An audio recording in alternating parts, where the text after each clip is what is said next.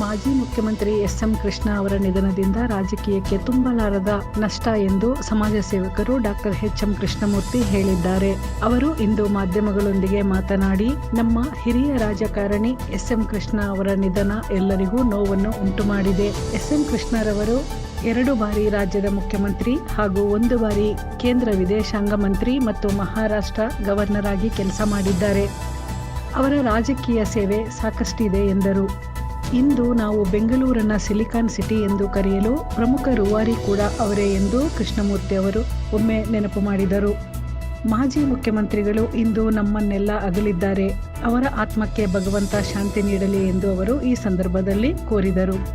SM. Krishna ಅವರು ರಾಜ್ಯದ 2 ಬಾರಿ ಮುಖ್ಯಮಂತ್ರಿಗಳಾಗಿದ್ದರು, ಮಹಾರಾಷ್ಟ್ರದ ರಾಜ್ಯಪಾಲರಾಗಿದ್ದರು, ಕೇಂದ್ರದ ವಿದೇಶಾಂಗ ಸಚಿವರಾಗಿದ್ದರು.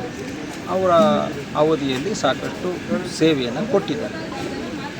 ಬೆಂಗಳೂರಿಗೆ ಏನಾದರೂ ಒಂದು ಸಿಲಿಕಾನ್ ಸಿಟಿ ಅಂತ ಹೆಸರನ್ನು ಕೇಳಿದ್ರು ಅಂದರೆ ಅವ್ರ ಕಾಲದಲ್ಲಿ ಕೇಳಿದ್ವಿ. ಆದರೆ ಅವರು ಇವತ್ತು ವಿಧಿವಶರಾಗಿದ್ದಾರೆ. ಅದು ಈ ರಾಜ್ಯಕ್ಕೆ ತುಂಬ ನಷ್ಟ ಅಂತ ನಾನು ಕೂಡ ಭಾವಿಸ್ತೀನಿ.